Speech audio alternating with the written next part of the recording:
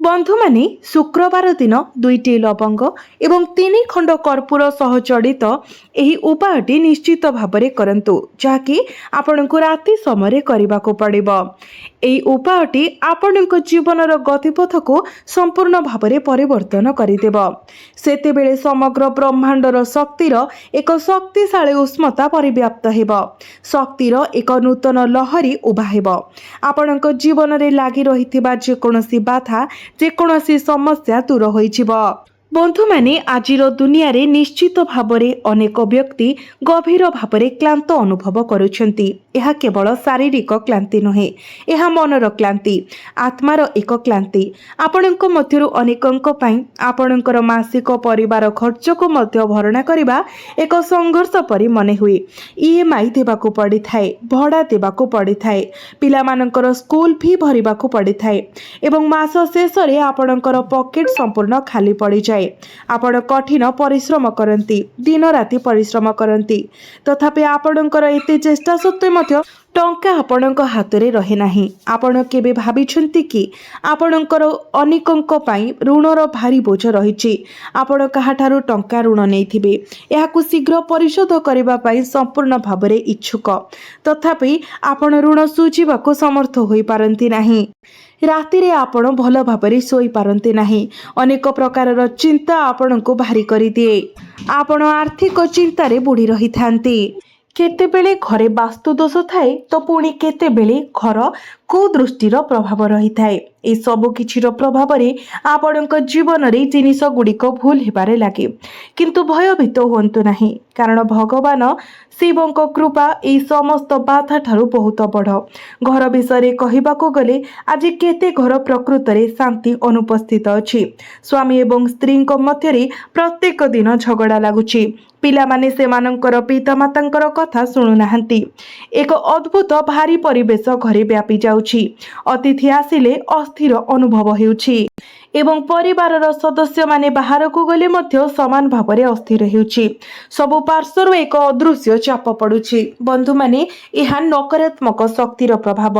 एही नकारात्मक शक्ति घरटी को भीतरु खोला करि दिए एवं एही वीडियो देखुथिबा समस्तंक पई आपण आपणकर हृदय केतेक कष्ट मध्य रखिछंती। हुए तो आपणकर पिला माने चाकरी पाई पारु नाहंती, आपणकर पिला मानकर विवाह स्थिर होई पारु नाहंती, घरर सदस्य माने प्रायतः असुस्थ रहुछंती।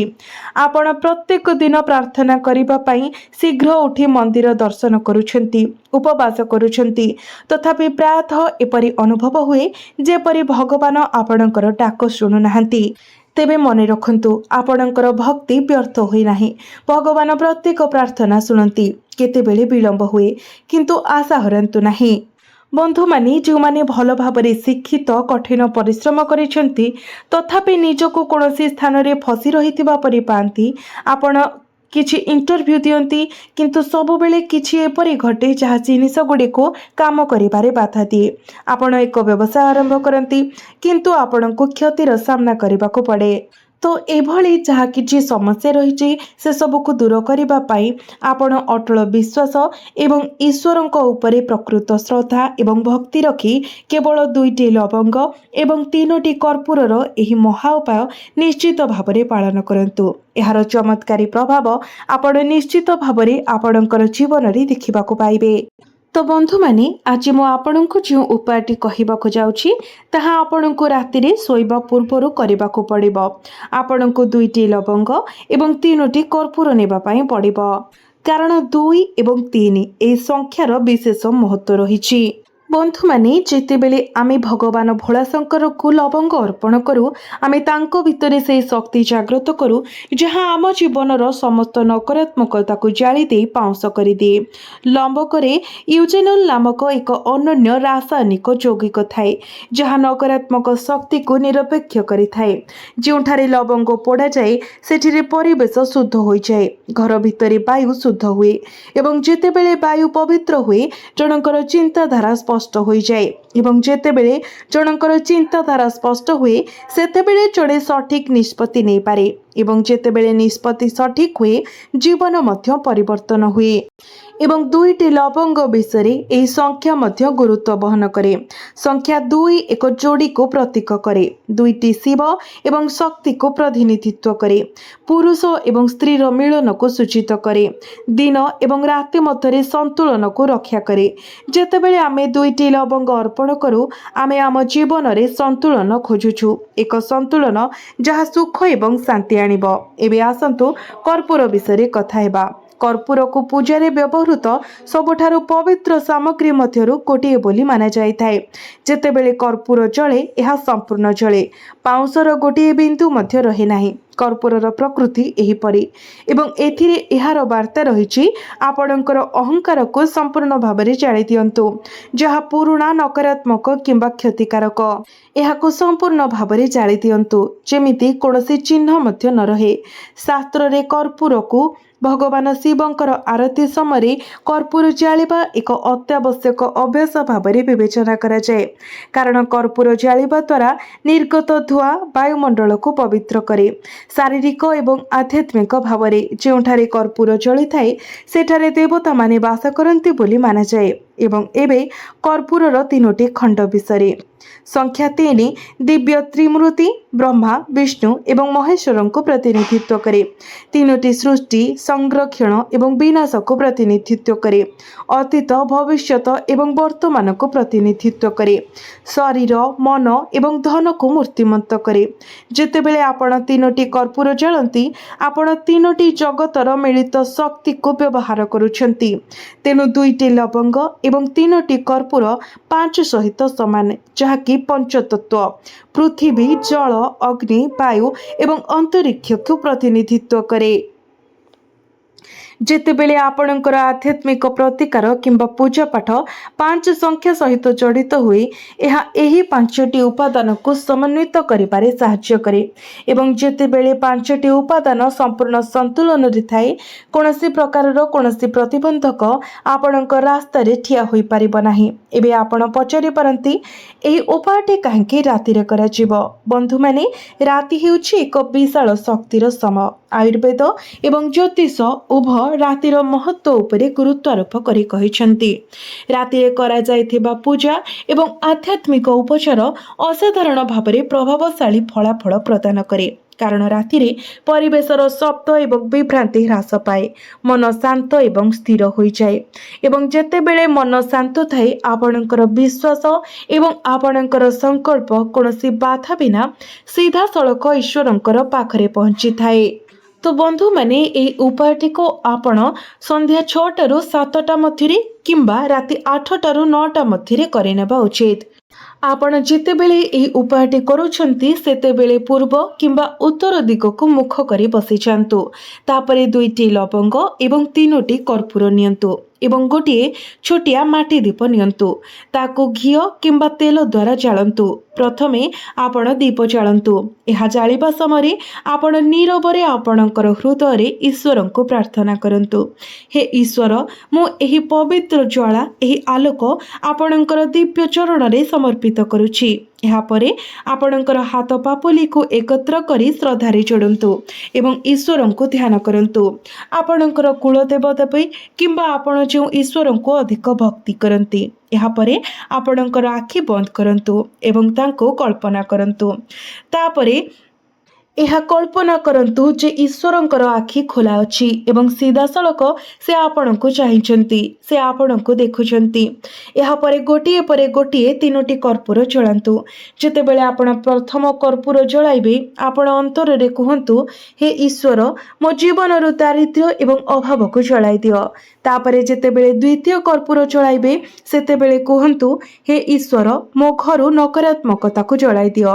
ଏବଂ ତୃତୀୟ କର୍ପୂରଟି ଜଳାଇବା खाइबा समय कहतु हे ईश्वर मो मनरु सन्देह एवं भय को चलाई दियो। यापर दुईटी लवंग नहीं दीपर शिखा सम्मुखें धरी रखंतु। लवंग को जालंतु नहीं, केवल सेगुड़ी को ईश्वर को अर्पण करंतु एवं सेतेबेले कहतु हे ईश्वर मु एही लवंग आपण को समर्पित करुछि।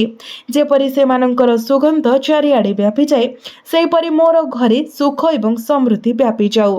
एबे आपणकर कुलदेवादेवी किंबा आपण जो ईश्वर को अधिक भक्ति करती से ईश्वरंकर बीज मंत्र 108 थर जप करंतु। जदि आपण को कौन मंत्र जना नहीं तेबे ओम नमो भगवते वासुदेवाय नमः मंत्रटी 108 थर जप करंतु। जप करने समय आखि बंद रखंतु। आपणकर मन को विचलित हेबाको दियंतु नहीं, केवल मंत्र उपरे ध्यान दियंतु। जप समाप्त हेबा परे ईश्वरंक सम्मुखरे प्रणाम करंतु एवं आपणकर हृदय थिबा गभीर इच्छा प्रकाश करंतु जहा पूर्ण हेउ बोली आपण चाहुचंती। तापरे सोइबा पूर्वर आपण पुणी थरे ओम नमो भगवते वासुदेवाय नमः मंत्र उच्चारण करंतु एवं ईश्वर आपणकर प्रार्थना शुणिछंती बोली दृढ़ विश्वासर सहित सोई जातु। सूर्यास्त परे जेतेबेले घर शांत एवं स्थिर थाए, जेतेबेले दीपर शिखा धीरे धीरे झलसु थाए एवं जेतेबेले कर्पूरर सुगंध वायुमंडल रे व्यापी जाए आपण प्रकृत रे अनुभव करिवे जे एही उपाय केते शक्तिशाली। आपणकर मन भितरे एक गभीर शांतिर भावना आपण अनुभव करिवे, एक आंतरिक आश्वासना जे सब किछि भल हेबो।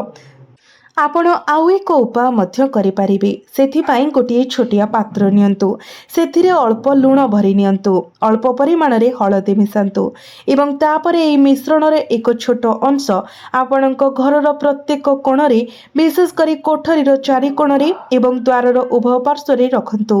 लूण एवं हळदीर एई मिश्रण नकारात्मक शक्ति को शोषण करिबारे कार्य करे। सकाळे उठिबा परे एई लूण एवं हळदी को घर बाहर को फेंगी दियंतु किंबा प्रवाहित जल रे बसाई दियंतु। लगातार 7 दिन पाई एई उपायटे करंतु। प्रत्येक राति रे आपण व्यक्तिगत भावरे आपणकर घरर वातावरण रे एक स्पष्ट परिवर्तन अनुभव करि पारिबे।